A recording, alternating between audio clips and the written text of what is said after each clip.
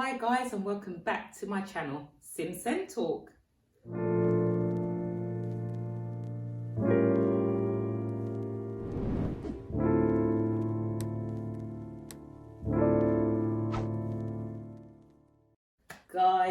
Guys, as you can see, I'm joined by the beautiful Teresa again. Yes. Hello. Oh, thank you, honestly, and being here with beautiful you. Oh, please. And it's lovely. Of course, always lovely to share with you, and great to be invited back. Yeah. Well, thank you for coming back, guys. If you haven't subscribed yet, please subscribe. Please like. Please comment. If you know someone that my content would be of interest to or would benefit them, please share my videos. So the last video, it's been a while ago. Apologies for my delay. It's been so busy, especially with having children at home during the holidays. But we had the wonderful Latoya, the learning support assistant, if you remember, from the special needs school. And she was amazing, wasn't she? She was absolutely amazing. So thank you, Latoya, if you're watching. But today, just a short little video. I say short, it might be 2 hours. So we're going to be talking about unsolicited comments. And I thought that's a good topic. That's something that would be good to share about. Yeah. So I'm going to put the definition at the bottom of the screen, but it's comments that, I feel like everyone in their lifetime gets it at some point. Yes. I feel that SEN parents get it a lot. Definitely. Would you say? Definitely. Not just SEN parents, but if you've got a disability yourself. Yeah, because the negative perceptions are real, right? Aren't they? And they are comments that, and it's always, you just don't expect them. Yeah.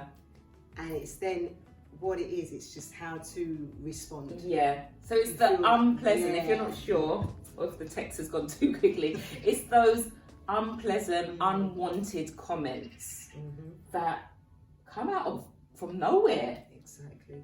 And what's been interesting, some of the experiences I've had around Jacob, is then that from my reaction, because of how, where did that comment come from? Because of their negative perception.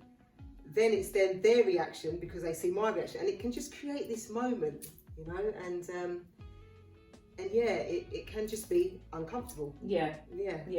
And don't get me wrong. I know that some people don't know what to say, and there's other people that are really sort of compassionate. But we don't need a pity party.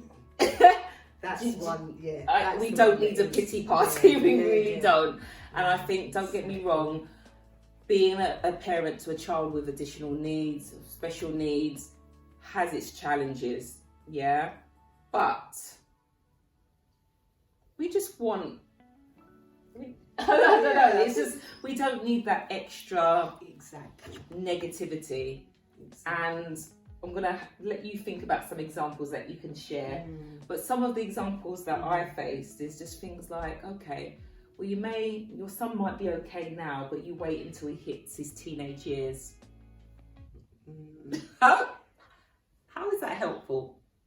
And how do they know? Those are the comments as well, where it's like, how, Okay, so I think what happens sometimes is that some people, they have got experience of working with children with additional needs. But as we know, not everyone is the same. Exactly. Like my son's got autism, but there's no two people with autism that are the same. He's also got a learning disability. So Callum is unique. Exactly. He's but it's almost like, well, in their experience, this is what they've seen.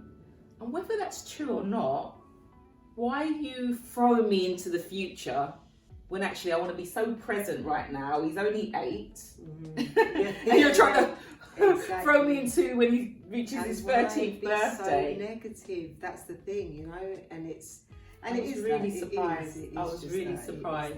I've had comments like, oh, has your other one got a disability? Oh, sorry. Did I start speaking about my second child? What? Yeah, I get it. And people might think, oh, you're just being sensitive. No, really think about it. Yeah. What about, parents, mothers out there where you haven't got a child with additional needs, but someone's made a comment about your weight, you know. Exactly. Do you know what I mean? It's the thing, when people just want to hit on something negative straight away, you know, and it just, where does it come from? But I do believe, with children with special needs, those with disabilities, the lack of understanding, because there is such a lack of awareness around it, it just seems to be a mindset, doesn't it? Yeah. That it just means that you say something negative, or the perception is there. But do you think people really don't know what to say? Yeah, I think it's a lot of time And people it's don't come know out. what to say. It's come out like, well, you're doomed, really. Like, you almost feel like saying, take my back, and the violins come out. I think it is that, isn't it? It is just what we keep. Why it's amazing, your platform, what you're doing. It's creating the awareness. It's educating. It's the education that's needed, isn't it? I mean, the experience I had, and this is one which I remember the impact, and that's what I was saying around, you know, that moment that's created because of my reaction. That then the response you get. But this, I must say, turned around in a positive way, though, right? Because, and if everyone was like this lady, I was sharing with her around some of the challenges I was having with Jacob at school when he was in the mainstream, and I was saying, as many parents I know will be able to relate to, the constant fight, the battle, because you want your child to learn, to be educated. So I was just sharing about, you know, just how challenging it's been, and then she just said, but you don't really have to worry though, do you? It's not like Jacob's ever going to go to university or anything like that. I mean, and it was just this, and you just sort of pause and you think, as you were saying, what do you know of the future to make a negative comment or a judgment? So what was wonderful was I was able to say to her that I actually do know a young man who has just finished his degree, who has the same syndrome as Jacob. Wow. Called Bookie. Wow. Just to say, in the next video, I'll be interviewing Bookie, so stay tuned. And that will be an amazing interview, okay, to hear Bookie's story, his journey. So it was really nice to be able to share that with her. And then that's what I was saying about that reaction, though, because then, you know, she picked up my reaction with me being able to say that actually, no, I do know somebody. So to make that perception and to be so negative in that way, there's no need, you know. Yeah. But what was wonderful, and this was where I can say that whole experience, how it turned out to be positive, and if everyone was like this lady, but she thought about what she said. So when I saw her another time, she actually said to me, do you know what, that wasn't right what I said, was it? It was really nice to hear that, you know, there's a young man with the same syndrome as Jacob, and she actually was honest, and she said it goes to show that, you know, we're just not educated enough, are we? Wow. To understand that. But you know what I love about that story is that someone went away and reflected. Yes. And through reflection we learn, don't we? That's right. And I just think we don't want to come down too harsh on people if they're willing to have a learning experience from it. Yeah, and that's the thing. And but it's when they keep going on saying, exactly. It's almost like, are you waiting for our downfall yet? Yeah. And that's right. And the fact what I loved about that was that she felt comfortable enough to ask. That's the thing as well. Just be comfortable to ask these questions and to self-reflect and think it's okay.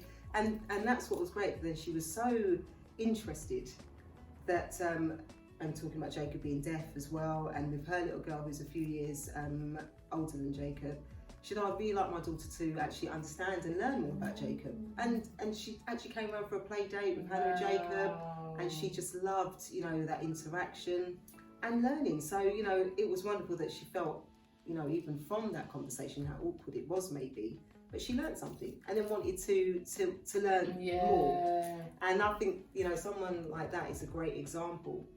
I wish society could be like that. I mean? You know, because sometimes we don't want advice all the time. Exactly. Do you know what I mean? We might just want a listening ear, you know? Yes. But at times you feel a little bit like, oh, should I share? Because I feel like you might say something that won't be helpful, like you're doomed, you know, that kind of thing. So don't get us wrong. If we want support, we know that we can go to services or charities and get that support, or if there's a bit of respite or activities that we want our children to attend. But it's just the unsolicited comments. I don't understand. Yeah. If you're unsure, if you're someone that don't have any connection to disability, maybe just ask. Maybe just, I don't know, maybe just ask, is it okay? Or before you jump to... Yeah, that's right. It's just the intention to want to understand. Have a bit of intention to just want to understand. Because, of course, we'll understand it's our journey. Yeah. But then, like you say, it's just seeing someone, just prepared to just listen. Yeah. And look like they seem interested and wanting to understand more. Rather than, I don't know if it's a nervousness or just not knowing what to say, but why does it then have to be negative comments? Yeah. But like I said, with you doing something like this, it starts to put the message out there. Yeah. And maybe to reassure that it is okay. It is okay. It is. It's okay. Like, please, no one texts me and say, oh, I didn't mean to say that. It's fine. You don't have to stop me on the I'm sorry. It's fine. What we want from this is just for you to really think about things before you say it. The same way in your own personal situation, as I said, I'm sure everyone's had a comment that they haven't been too impressed with.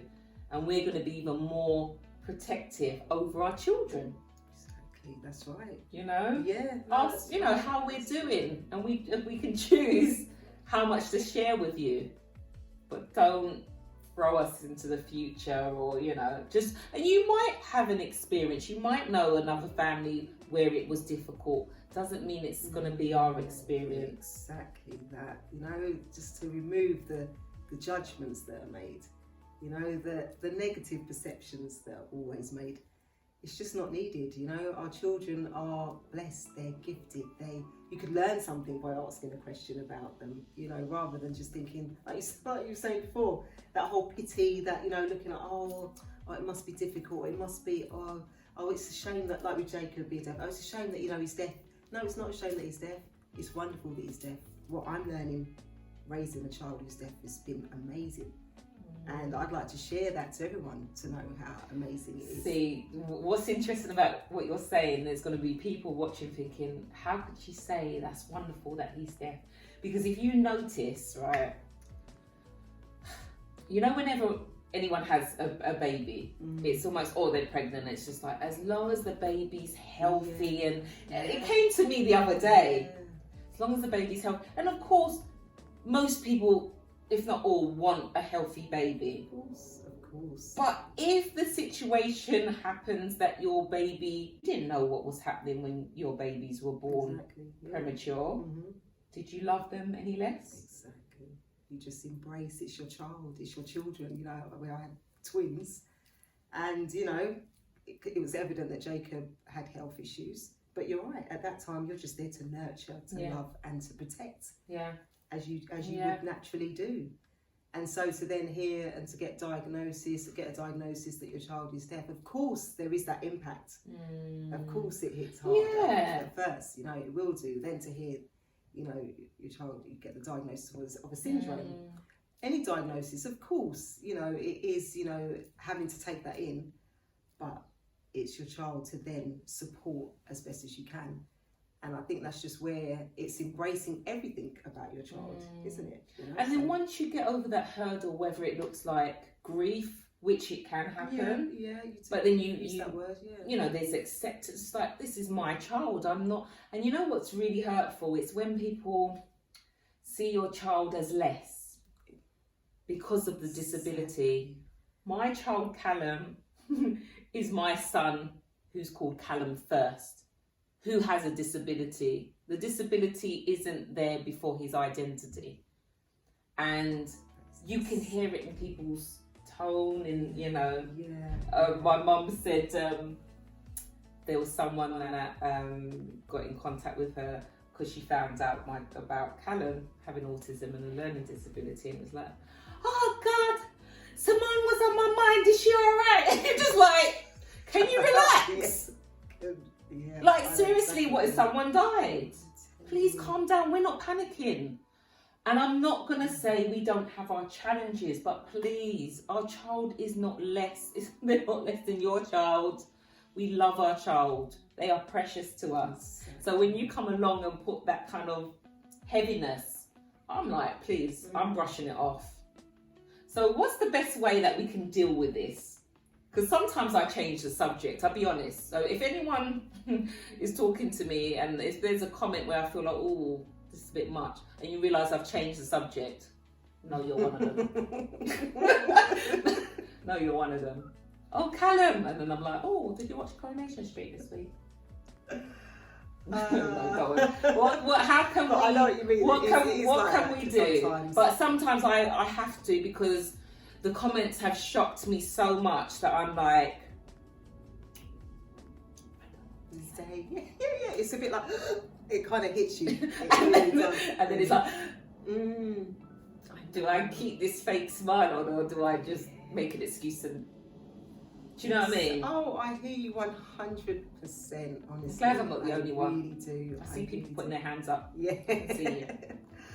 But I just think, what do you do? What kind of things do you do? With, just keep it on a whole higher vibration of positivity, okay? Because like you said, and you started off, which was so perfectly said around the whole pity, that instant, especially, it can't be helped, I suppose, just with what society does, doesn't it really, to the mindset that's there. But it's just really a big smile about it. I'm actually fine, and I thank God. It's for me to be learning this journey that God has given me with a child with a disability, how it's opened up my mind and my world to learning around a child who's got a disability. And maybe open your mind. If you open your mind more, you'll be amazed at how much you could learn. It's true. And it is a whole learning, it is a whole learning curve, and it should be interested. Yeah, don't fear the fact that, you've got a child with disability. No, embrace it. I'm embracing it, so you embrace it too, and see what you're going to learn, see what you might learn. And don't be, I hope I'm not contradicting myself here, but don't be afraid to ask questions. I think, that's it. And the questions are different. It's the comments, do you know what I mean? There's questions definitely. You want to find out more respectfully. Don't take them in, but respectfully, you can ask, "What's that about?" Tell me more. Definitely. What does the learn? All day long. But to kind of put a stamp on it, like, "Poor you, you're so strong." So strong. How do you cope? That kind of thing. Yeah. So some people might change the subject, others will have an amazing response, as you said, to learn. Trying to think if there's anything else. Yeah, I mean, just with social media now, I'm excited to hear that you're going to be interviewing Bookie. Just research more. Be intentional to understand more about others that learn differently. It's learning disabilities, but it's incredible how it's amazing how different people process and learn things, and how you can learn from others as well. Yeah. It's just, I don't know, it's just embracing differences, isn't it? And I don't think that's put out there enough. Yeah. That we should do that and enjoy it more. I think I said that the last time when we spoke, the school system, I don't think they do enough with celebrating disabilities, celebrating different syndromes, to create the awareness that might help. So if there's any schools out there, if you like us to visit and share at your assemblies or parents' evenings, coffee mornings, get in contact. Definitely needed. We definitely do need it.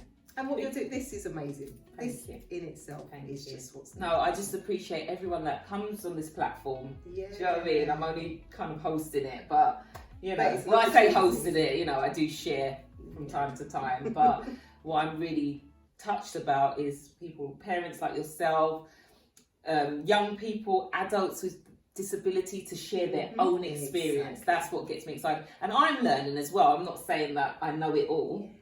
We're all learning. So, but it's learning with just having the intention to want to learn. Yeah. And I just think that's just not what is promoted enough. Yeah. And to get over the fear of, what's different, and to just know that, it's like, as you're saying, it's okay. And it's okay to ask questions. And I prefer that all day long. Yeah. For someone to just be more inquisitive and to ask, and, than to sort of think, let me avoid, step back, and then just think, I'm just going to think negatively, because that seems to be always the direction. So, if you want, let us know how you manage unsolicited comments. Might have been something we haven't even thought of, or you know, what we might have not experienced. So, or share some of the things that have been said to you in your family.